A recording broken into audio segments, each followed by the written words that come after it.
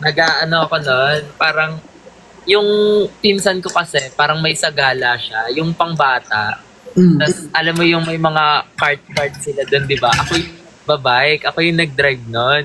Oh. Tapos, nung ipapark ko na siya, parang yung parkingan niya kasi parang paslan. Mm. Ingay.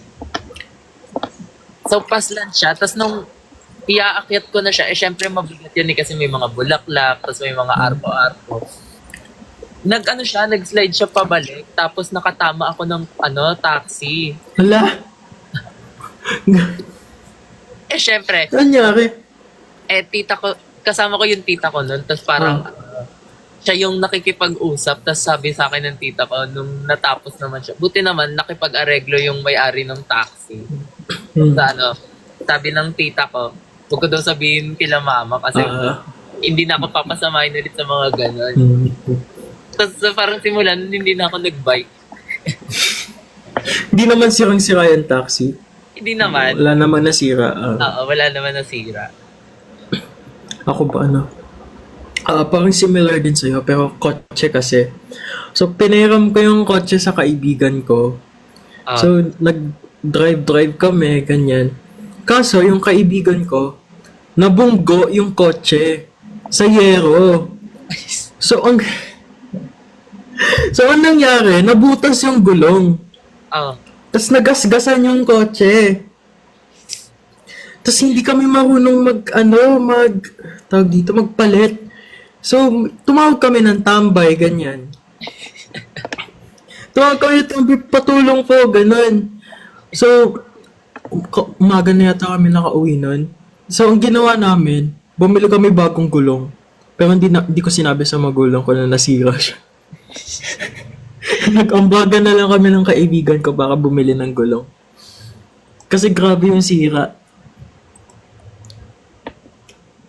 Okay, next question. Ay, what are your hobbies? How did you get into them? ang daw? What are your hobbies daw? How did you get into them?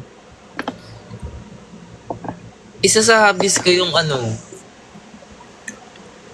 eto, paglalaro. Tapos, eto kasi, parang bata pa lang ako, naglalaro na ako ng sa computer shop, sa mga ganon, mga ganon moment. Hi, Isa! Sorry.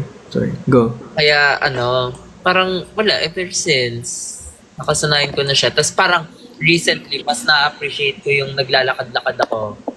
Oo, nakikita ko nga. Nasa parking lot ka pa, minsan. Kung saan ako naabot ng paglalakad ko. Sa MOA lang yun actually, yung parking. Yeah. Nilalakad ko lang siya pag wala akong magawa. Tapos ayun. So, ako, ano ba hobbies? Ang dami kong hobbies. I like reading.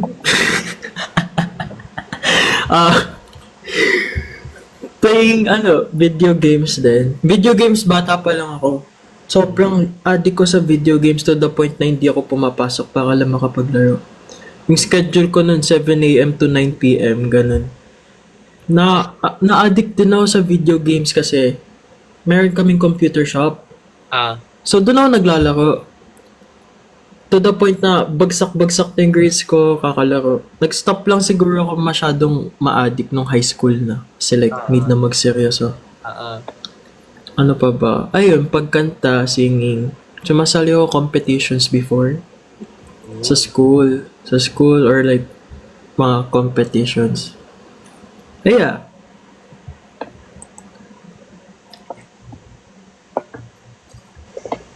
Ay, biglang dumami yung mga nanonood dito.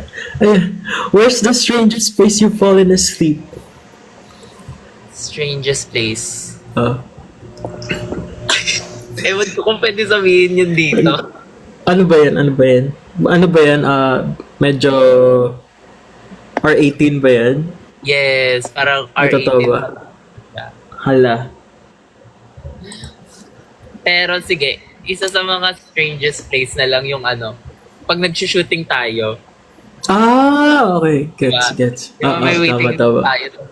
Ang ginagawa ko, nagdadala ko ng unan sa Novotel, tas yung kumot ko naman, tas pagdating doon, kasi di ba maaga tayo pumupunta doon. So pagdating doon, nilalatag ko siya sa likod, tapos natutulog ako doon. Parang si Jared, naalala ko, if you guys know BT and Jared, may dala siyang yoga mat ba yun? Tapos may kumot pa siyang dala. Matutulog siya during shooting kasi mag-aantay, may makeup pa, tas hair. So habang nag-aantay siya, natutulog siya dun. Well, ako sa cabinet, sa loob ng cabinet. Ay. Oo. Kasi, may party kasi yung friend ko before. So yun, light drinker kasi ako. So pagising ko nasa loob na ako ng cabinet. Doon ako natutulog.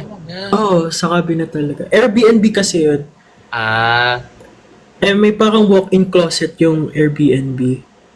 Tapos ang laki ng cabinet. So doon ako natulog. Pagising ko, doon ako. Ano doon ang cabinet? Buti buhay ka pa. Yeah. Use 3 words to describe your week. 3 words to describe my week. Ikaw muna. My week, exhausting. Siguro, independent, kasi lumipat na.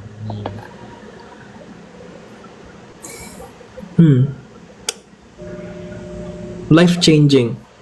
Kasi first time ko na mag-handle ng sarili kong bills, sarili kong gamit, with little support lang from my parents. So, medyo adulting stage na ako ngayon. Adulting. Hala, si Christoph! Sali ka, Christoph! Paano ba siya pasali? Miss ko na yan siya. Oh my God, I'm a fan po. Sana ma-notice. Hi, Christoph. 3 words. Diba? Ano ginawa ko this week?